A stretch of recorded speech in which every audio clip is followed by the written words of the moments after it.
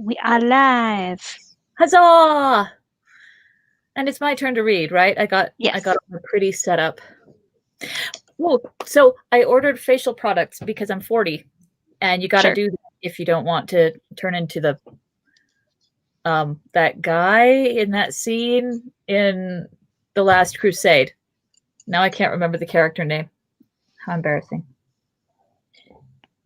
The one who chose poorly. Yeah, I don't remember the character's name either.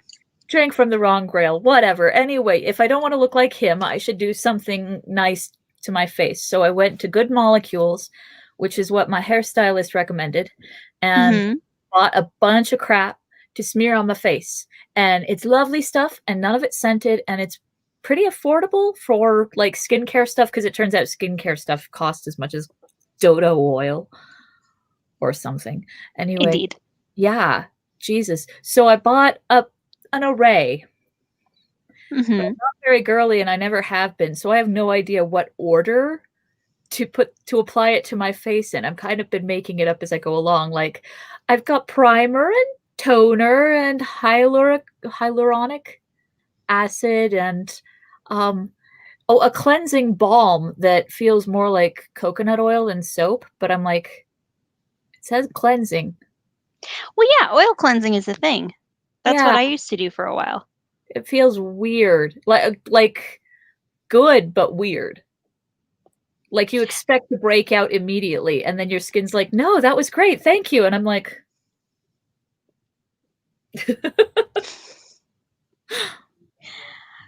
Yeah. Is it the kind where you like rub it in and then you like steam it for a second and then wipe it off?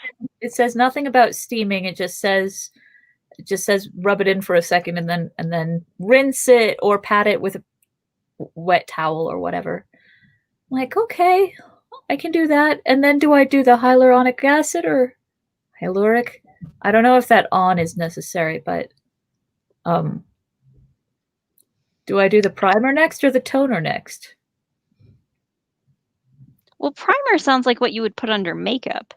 Right? But it's something primer, moisturizing primer. So I'm like, I use it as a moisturizer, and I'm like, yeah, maybe. I would Google it. That's what I would do. I need there to be like a proper order in which I apply these to my face. Oh, there is. I just don't know what it is, so that's why I'm like, I got nothing. Right? I can change a spare tire. A flat tire. I can change a flat tire. Gender roles are bullshit. Yeah. But also this is a skill I'd like to have, so it's hilarious to me that I'm like, it's not obvious. I walked into an Ulta once. That shit was terrifying. What is all that stuff? And how much of it do I need, and how much of it is for other people? And what is it all about? I have a friend who went to a beautician school, so I'm like, can you please take me out to buy makeup and like teach me rudiments of how to apply it? Because I haven't worn makeup for realsies since I was a goth, and there's one rule for goth makeup. Black. On black, on black. Here, here, and here. Otherwise, do what you want to do. I'm like, I abided it. Abode by the rule. Did abide. Abided, I think. Abode is where you live. In my abode, I abided. Like the dude. That's why they always said it in the present tense. The dude abodes. What? I'm sorry, I'm feeling somethinging. Lost my adjectives. Okay, I'm gonna count these rows because like half of me just being like, is me mentally being like, I need to count my rows. One moment. I could be saying anything and you won't hear it. Well, that's the problem. I do hear it. So just give me a moment. The voice of Saruman. Did we finish the voice? No, because you said we've got like a page till the end of the chapter, but I'm done here. Yes. So. Yeah, so we were right before that. Yeah, with Gimli dropping his axe.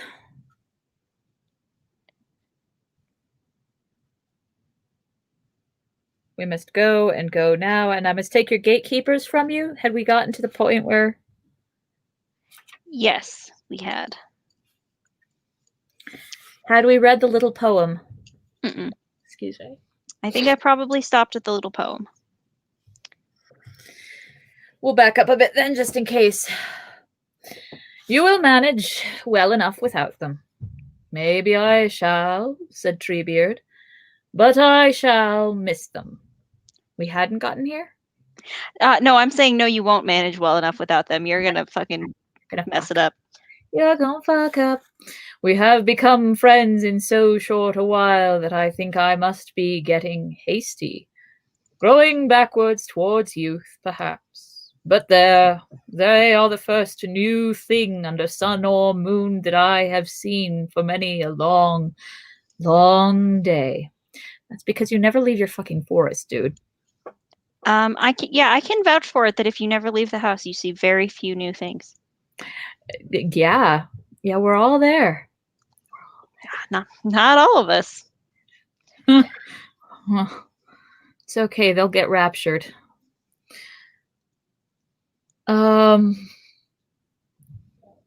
I shall not forget them. I have put their names into the long list. Ents will remember it. Ents the earthborn, old as mountains, the wide walkers, water drinking, and hungry as hunters, the hobbit children, the laughing folk, the little people. They shall remain friends as long as leaves are renewed. Fare you well, but if you hear news up in your pleasant land, in the Shire, send me word. You know what I mean. Word or sight of the Entwives. Come yourselves if you can. We will, said Merry and Pippin together, and they turned away hastily. Treebeard looked at them and was silent for a while, shaking his head thoughtfully. Then he turned to Gandalf. Sir Saruman would not leave, he said. I did not think he would. His heart is as rotten as a black horn's.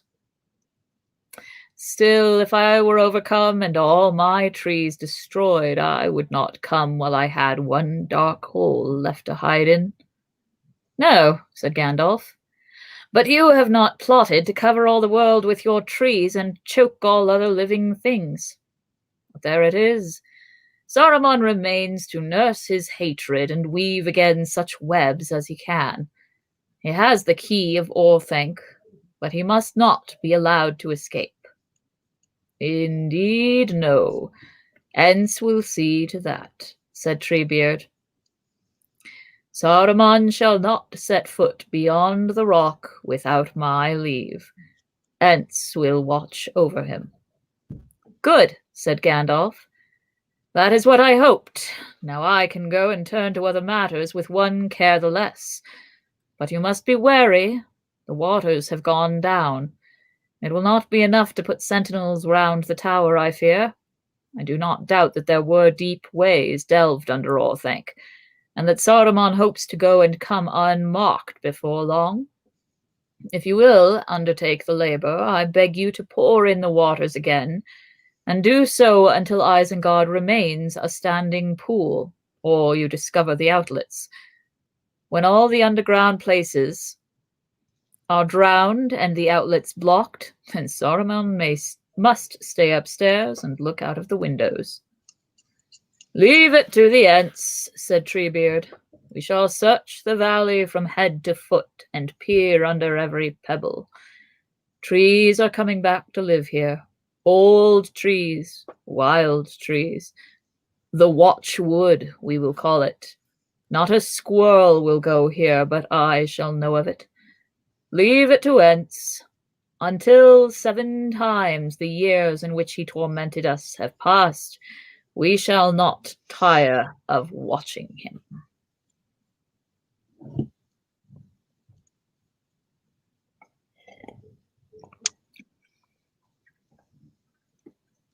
Oops. Oopsie.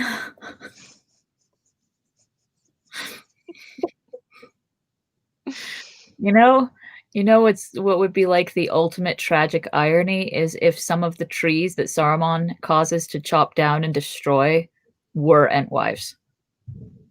Like, send word back to Treebeard, like, we found them, but that guy that you let escape, yeah, he killed them.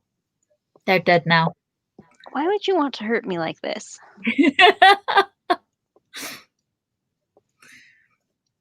The party tree would have woken up. Why would you want to hurt me like this? Chapter 11. Don't make the face. It's too late. I've made the face. The face has been made. I regret nothing. Actually, that's true. You know what?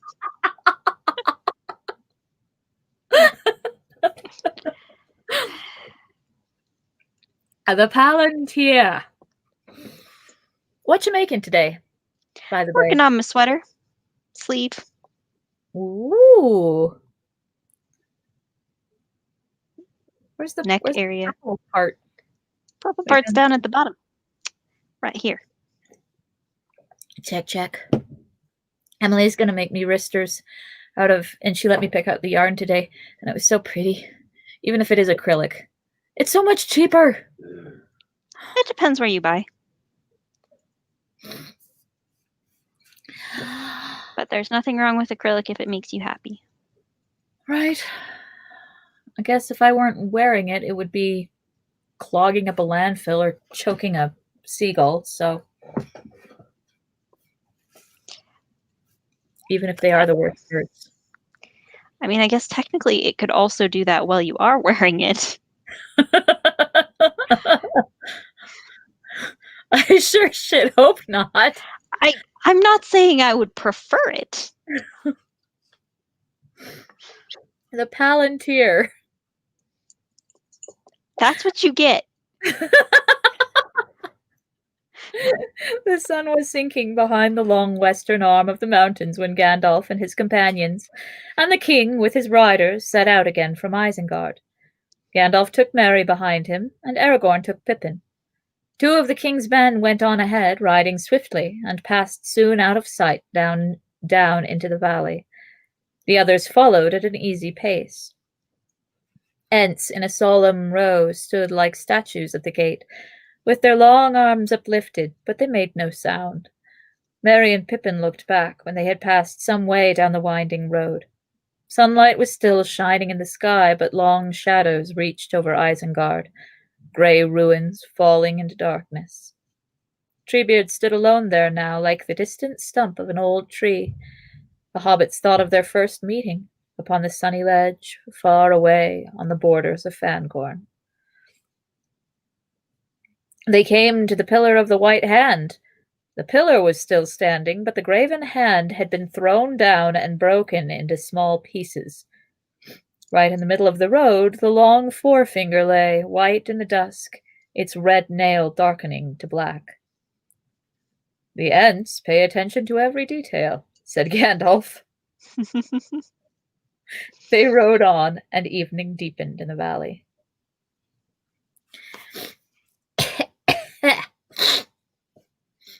I'm not sick, I've got allergies. Are we riding far tonight, Gandalf? Asked Merry after a while. I don't know how you feel with small Ragtag dangling behind you, but the Ragtag is tired and will be glad to stop dangling and lie down. So you heard that, said Gandalf. Don't let it rankle. Be thankful no longer words were aimed at you. He had his eyes on you. If it is any comfort to your pride, I should say that at the moment you and Pippin are more in his thoughts than all the rest of us. Who you are, How you came there and why, what you know, whether you were captured, and if so, how you escaped when all the orcs perished. It is with those little riddles that the great mind of Saruman is troubled. A sneer from him, Meriadoc, is a compliment, if you feel honored by his concern. Thank you, said Merry. But it is a greater honor to dangle at your tail, Gandalf. For one thing, in that position, one has a chance of putting a question a second time. Are we riding far tonight?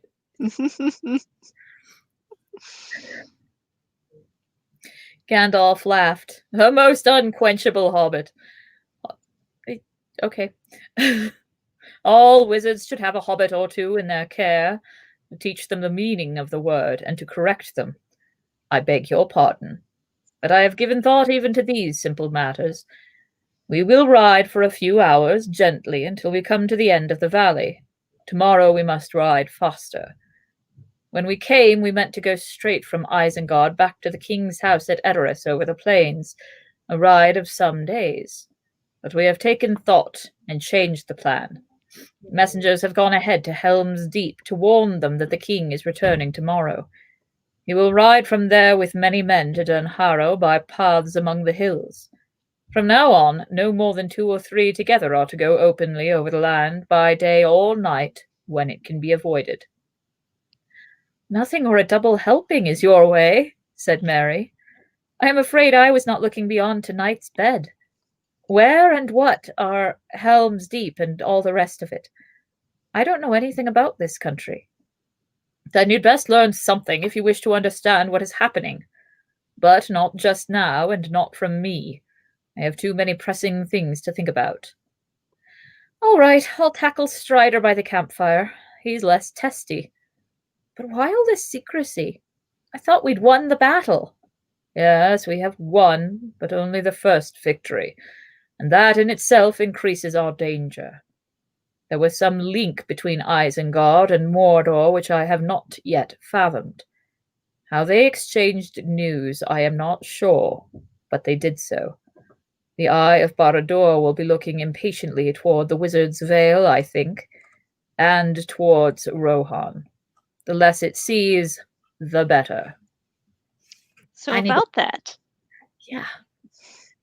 Right, it's interesting that the Palantir doesn't occur to him as, like, the very first option. Yeah. I just need to blow my nose. Yeah. Totally. I got Avi's tunic done for his AV Viking costume. Lovely. Yeah.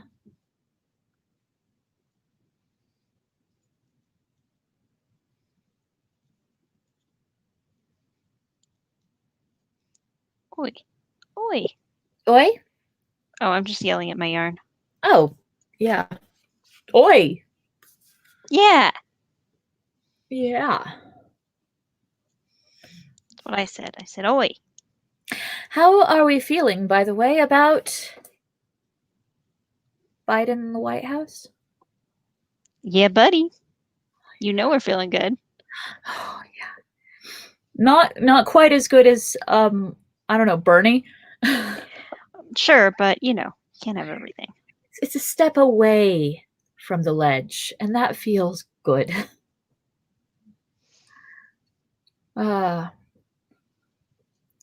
problem is, and I don't know what direction it's going to go, because we don't know what direction anything's going to go, but the orange one has legally commit treason, and if Biden's administration accuses him or jails him for that, it's going to look like someone jailing their political opponent, which would be a really shitty precedent and probably something that evil people could eventually take advantage of.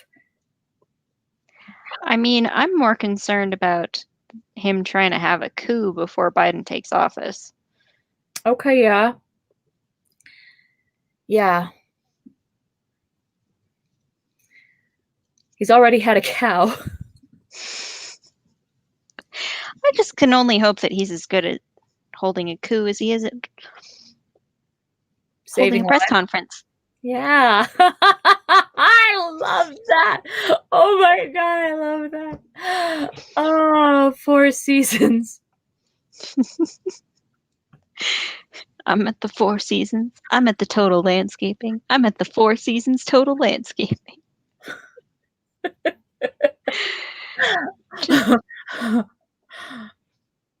Oh, what was the meme? It was like,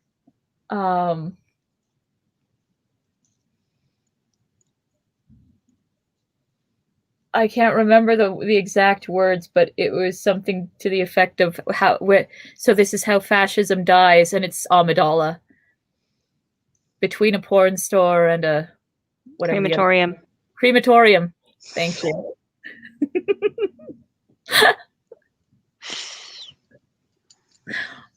Anyway. I mean, the problem is that fascism's not dead yet. No, not even close. And there's plenty of people who are like, voter fraud. And I'm like, yeah, there's also lots of people who are like, we should have empathy and civility and unity. And I'm like, so I actually think that it's morally wrong to pursue unity with fascism because that's how you get more fascism. yeah. So maybe we should not do that. I'm there. I'm there. And I'm not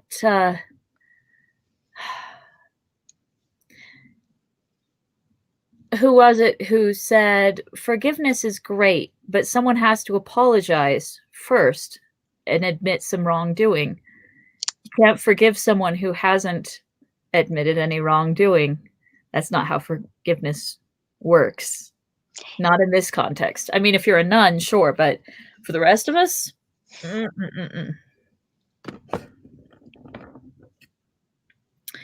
yeah. Still, I saw the other thing I saw that made me laugh out loud was somebody posted, is there a German word for that emotion where you're feeling cautious optimism, but you're scared to feel too optimistic? And somebody responded with Bidenfreude. I saw that joke, but it was, is there a word for when you feel a sense of relief without joy? Oh, yeah. I almost forgot to decrease there. That would have been tragic. We've had floppy sleeves. We do not want floppy sleeves at our sparkle party. Are you watching The Mandalorian? No. Okay.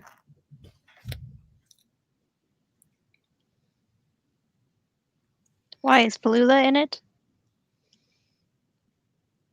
No, it just reminded me.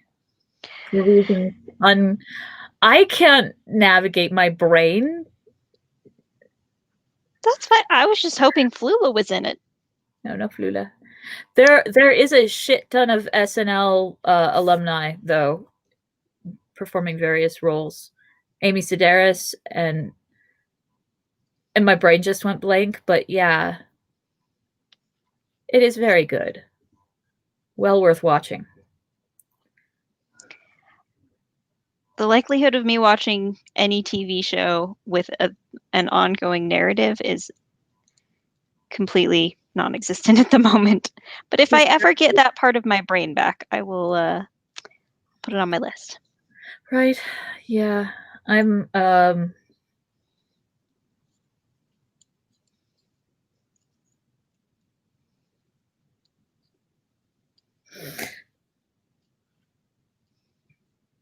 the road passed slowly, winding down the valley. Did that gesture make any sense? Okay, thank you. Now further and now nearer, Eisen flowed in its stony bed. Night came down from the mountains. All the mists were gone. A chill wind blew. The moon, now waxing round, filled the eastern sky with a pale, cold sheen. The shoulders of the mountain to their right sloped down to bare hills. The wide plains opened gray before them. At last they halted. Then they turned aside, leaving the highway and taking to the sweet upland turf again. Going westward a mile or so, they came to a dale. It opened southward, leading back into the slope of Round Dol Baran, the last hill of the northern ranges, green-footed, crowned with heather. The sides of the glen were shaggy with last year's bracken, among which the tight-curled fronds of spring were just thrusting through the sweet-scented earth. I don't think inanimate things thrust anywhere more than they do in Middle-earth. Look, let's not talk about Tolkien and his feelings about plants and trees. I'm not here to kink shame J.R.R. Tolkien, but I will if you make me. It's not shaming. They're an opposite to that. Kink priding. I have no idea. But I feel like kink braiding. No.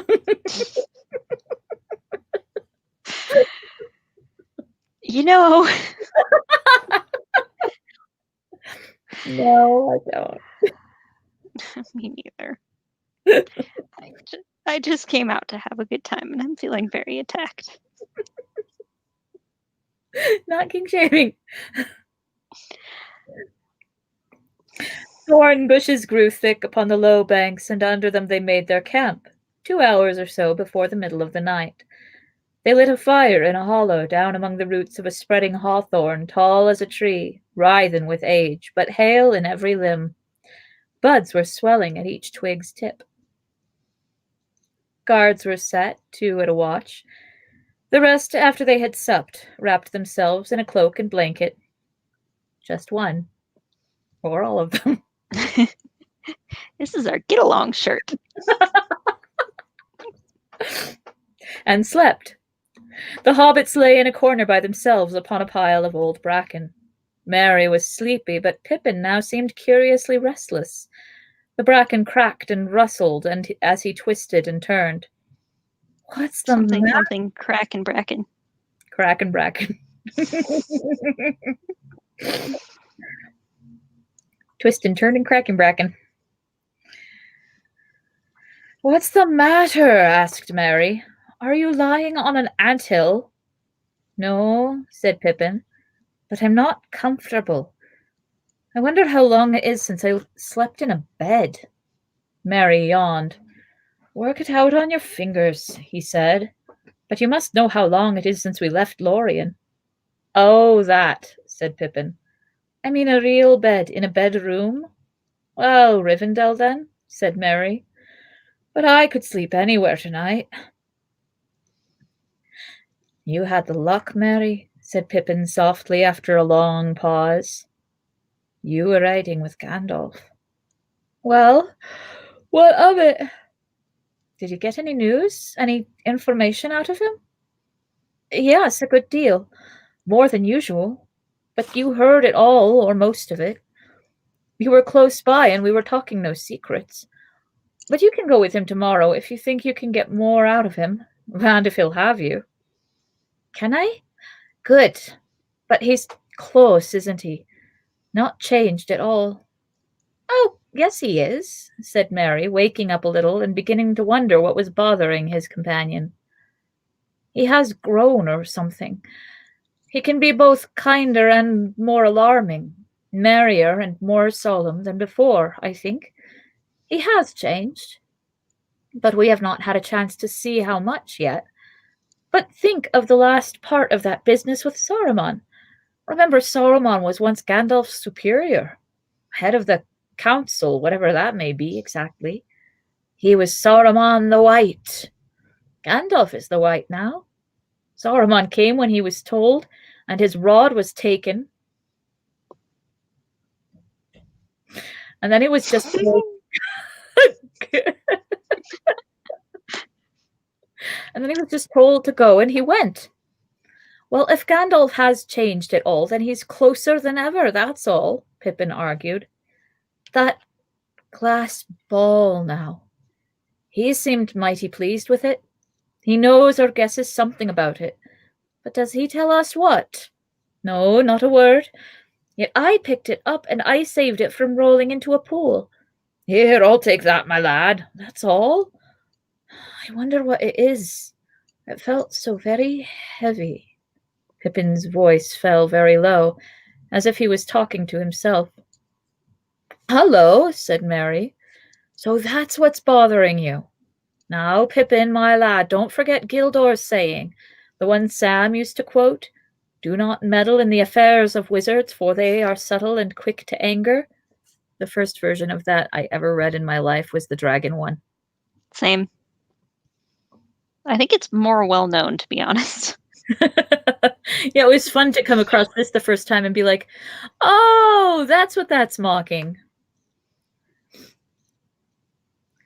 But our whole life, for months, has been one long meddling in the affairs of wizards, said Pippin. I should like a bit of information as well as danger. I should like a look at that ball. Go to sleep, said Mary. You'll get information enough sooner or later. My dear Pippin, no took ever beat a brandybuck for inquisitiveness. But is this the time, I ask you? All right, what's the harm in me telling you what I should like? A look at that stone. I know I can't have it, with old Gandalf sitting on it like a hen on an egg, but it doesn't help much to get no more from you than, you can't have it, so go to sleep. Well, what else could I say? Said Mary. I'm sorry, Pippin, but you really must wait till the morning. I'll be as curious as you like after breakfast, and I'll help in any way I can at wizard wheedling. But I can't keep awake any longer. If I yawn any more, I shall split at the ears. Good night. Pippin said no more. He lay still now, but sleep remained far away, and it was not encouraged by the sound of Mary breathing softly, asleep in a few minutes after saying good night. The thought of the dark globe seemed to grow stronger as all grew quiet. Pippin felt again its weight in his hands, and saw again the mysterious red depths into which he had looked for a moment. He tossed and turned and tried to think of something else. At last he could bear it no longer. Goblin King, wherever. Never, sorry. I definitely had a moment where I was like, what? I don't remember this. At last he could stand it no longer. He got up and looked round. It was chilly, and he wrapped his cloak about him. The moon was shining cold and white down into the dell, and the shadows of the bushes were black. All about lay sleeping shapes. The two guards were not in view. They were up on the hill, perhaps, or hidden in the bracken. Driven by some impulse that he did not understand, Pippin walked softly to where Gandalf lay. He looked down at him. The wizard seemed asleep, but with lids not fully closed. There was a glitter of eyes under his long lashes. I love it that they kept that in the movie. Because it's fucking awesome.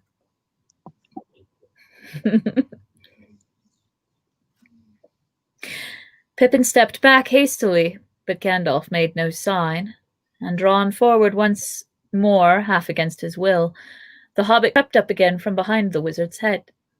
He was rolled in a blanket with his cloak spread over the top, and close beside him, between his right side and his bent arm, there was a hummock, something round, wrapped in a dark cloth. His hand seemed only just to have slipped off it to the ground. Hardly breathing, Pippin crept nearer, foot by foot. At last he knelt down. Then he put his hands out stealthily and slowly lifted the lump up. It did not seem quite so heavy as he had expected. Only some bundle of oddments, perhaps, after all, he thought with a strange sense of relief. But he did not put the bundle down again. He stood for a moment, clasping it. Then an idea came into his mind. He tiptoed away, found a large stone, and came back. Quickly now he drew off the cloth, wrapped the stone in it, and kneeling down, laid it back by the wizard's hand. Then at last he looked at the thing that he had uncovered. There it was, a smooth globe of crystal, now dark and dead, lying bare before his knees. Pippin lifted it, covered it hurriedly in his own cloak, and half turned to go back to his bed. At that moment Gandalf moved in his sleep and muttered some words. They seemed to be in a strange tongue. His hand groped out and clasped the wrapped stone, and then he sighed and did not move again. "You idiotic fool," Pippin muttered to himself. "You're going to get yourself into frightful trouble. Put it back, quick!" But he found now that his knees quaked, and he did not dare to go near enough to the wizard to reach the bundle. "I'll never get it back now without waking him," he thought. "Not till I'm a bit calmer. So I may as well have a look first. Not just here, though." He stole away and sat down on a green hillock not far from his bed. The moon looked in over the edge of the dell. Pippin sat with his knees drawn up and the ball between them. He bent low over it, looking like a greedy child stooping over a bowl of food in a corner away from others. He drew his cloak aside and gazed at it. The air seemed still and tense about him. At first the globe was dark, black as jet with the moonlight gleaming on its surface. Then there came a faint glow and stir in the heart of it, and it held his eyes so that now he could not look away. Soon all the inside seemed on fire. The ball was spinning, or the lights within were revolving. Suddenly the lights went out. He gave a gasp and struggled, but he remained bent, clasping the ball with both hands. Closer and closer he bent, and then became rigid. His lips moved soundlessly for a while. Then with a strangled cry he fell back and lay still. The cry was piercing. The guards leaped down from the banks. All the camp was soon astir. You right there? One of my contacts keeps trying to slide kind of sideways. I'm like...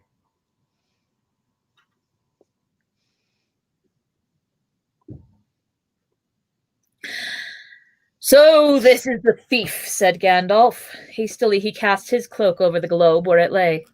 "But you, Pippin, this is a grievous turn to things." He knelt by Pippin's body. The hobbit was lying on his back, rigid, with unseeing eyes staring up at the sky.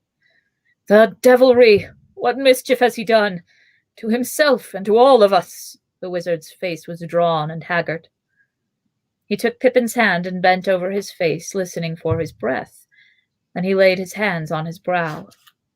The hobbit shuddered. His eyes closed. He cried out and sat up, staring in bewilderment at the faces round him, pale in the moonlight. "It is not for you, Saruman," he cried in a shrill and toneless voice, shrinking away from Gandalf. "I will send for it at once, do you understand? Say just that." Then he struggled to get up and escape, but Gandalf held him gently and firmly. "Peregrine Took," he said. "Come back." The hobbit relaxed and fell back, clinging to the wizard's hand. Are those the only words of Sauron's that we actually hear delivered in this story? Yes, I think so. Yeah. Huh. And he has a shrill and toneless voice. So, the Lord of Darkness is, I'm trying to remember the Affleck duck guy. I don't know who you're talking about, but that's quite a mental image. Quack!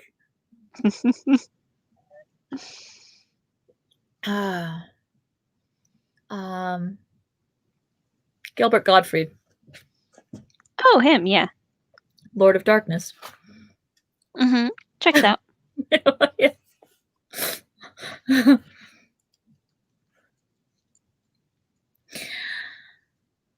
was thinking more Bobcat Goldthwait.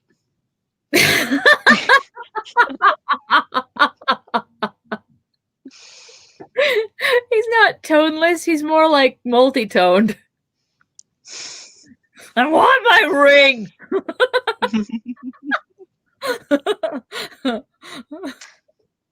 You can see it.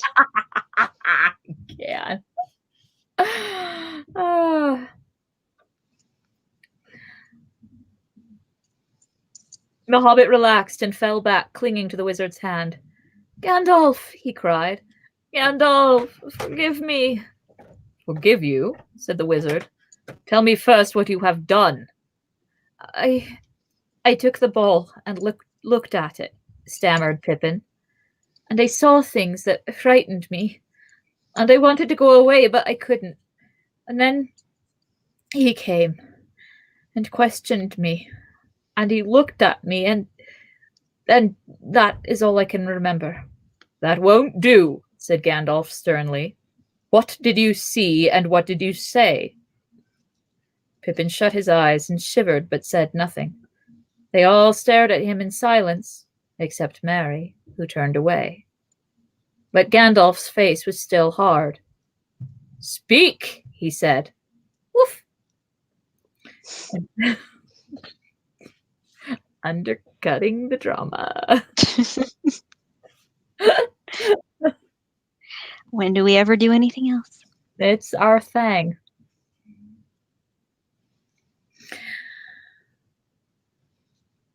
In a low, hesitating voice, Pippin began again, and slowly his words grew clearer and stronger. "I saw a dark sky and tall battlements," he said, "and tiny stars. It seemed very far away and long ago, yet hard and clear. Then the stars went in and out. They were cut off by things with wings. Very big, I think, really, but in the glass they looked like bats wheeling round the tower. I thought there were 9 of them. One began to fly straight towards me, getting bigger and bigger. It had a horrible... No, I can't say. A horrible what? I'll never find out." Leave a comment below. What's the noun that Pippin would have said there? I'm going with nose.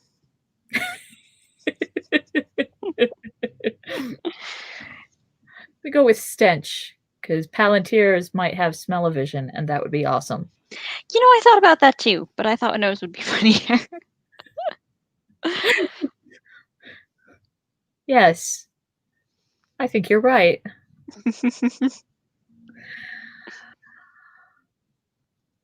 I tried to get away because I thought it would fly out, but when it had covered all the globe, it disappeared. Then he came. He did not speak so that I could hear words. He just looked, and I understood. "So you have come back. Why have you neglected to report for so long?" I did not answer. He said, "Who are you?" I still did not answer, but it hurt me horribly, and he pressed me, so I said, "A hobbit." Then suddenly he seemed to see me, and he laughed at me. It was cruel. It was like being stabbed with knives. I struggled, but he said, "Wait a moment. We shall meet again soon. Tell Saruman that this dainty is not for him. I will send for it at once. Do you understand? Say just that." Then he gloated over me. I felt I was falling to pieces. No, I can't say any more. I don't remember anything else." "Look at me," said Gandalf. Pippin looked up, straight into his eyes. The wizard held his gaze for a moment in silence. Then his face grew gentler, and the shadow of a smile appeared. He laid his hand softly on Pippin's head. "All right," he said. "Say no more. You have taken no harm. There is no lie in your eyes, as I feared. But he did not speak long with you. A fool, but an honest fool, you remain, Peregrine Took. Wiser ones might have done worse in such a pass. But mark this. You have been saved, and all your friends too, mainly by good fortune, as it is called. You cannot count on it a second time. If he had questioned you then and there, almost certainly would have told all that you know, to the ruin of us all. But he was too eager. He did not want information only. He wanted you, quickly so that he could deal with you in the Dark Tower slowly. Don't shudder. If you will meddle in the affairs of wizards, you must be prepared to think of such things. But come. I'm a shudder if I want to, buddy. You just told me that. Yeah, talk about the torture I narrowly averted, or didn't avert. That was narrowly averted for me. Right. It's I don't have enough PTSD yet. Let's talk about how badly shit could have gone.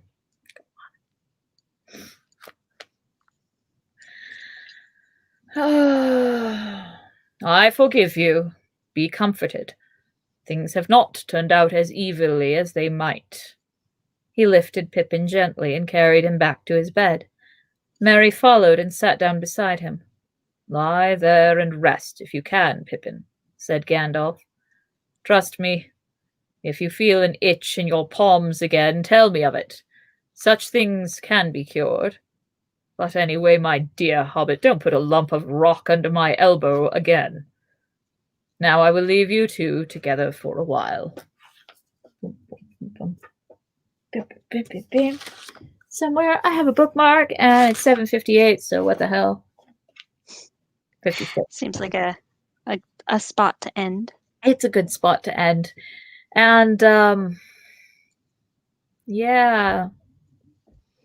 I liked how they used that opportunity in the movie to give him visions of Minas Tirith burning so that they would have some reason to go in that direction.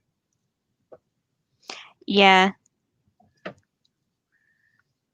And Gandalf in the book is just like, wow, we're really lucky because I couldn't figure out what the hell that thing was, and if I'd tried to probe it with my mind, then I would have been revealed as Sauron, and we don't want that. It's like, so you couldn't figure it out? There's enough magical orbs in the world. Look, the thing is that when you start to make magical items, everybody starts with an orb.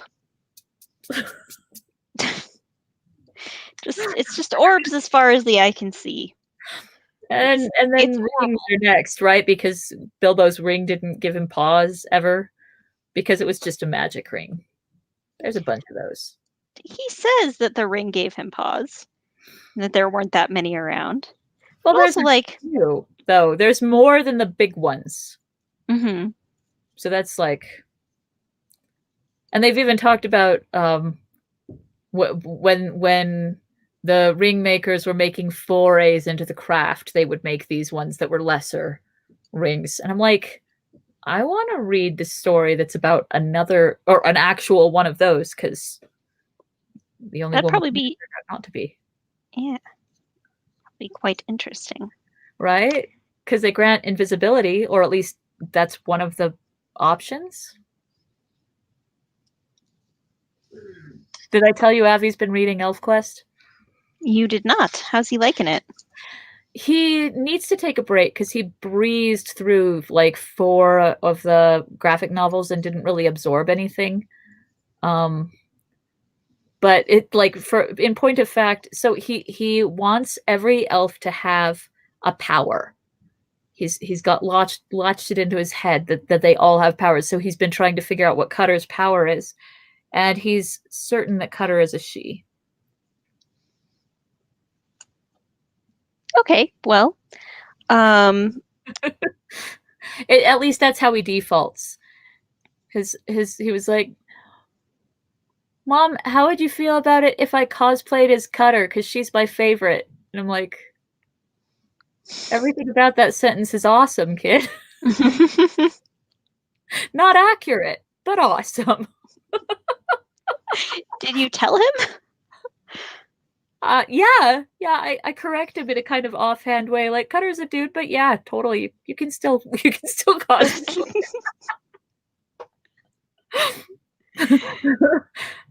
But that means that if he's absorbed any of the plot, he thinks that Cutter and Lita are like a lesbian couple who adopted or something, and that's beautiful to me. Like, I can dig it.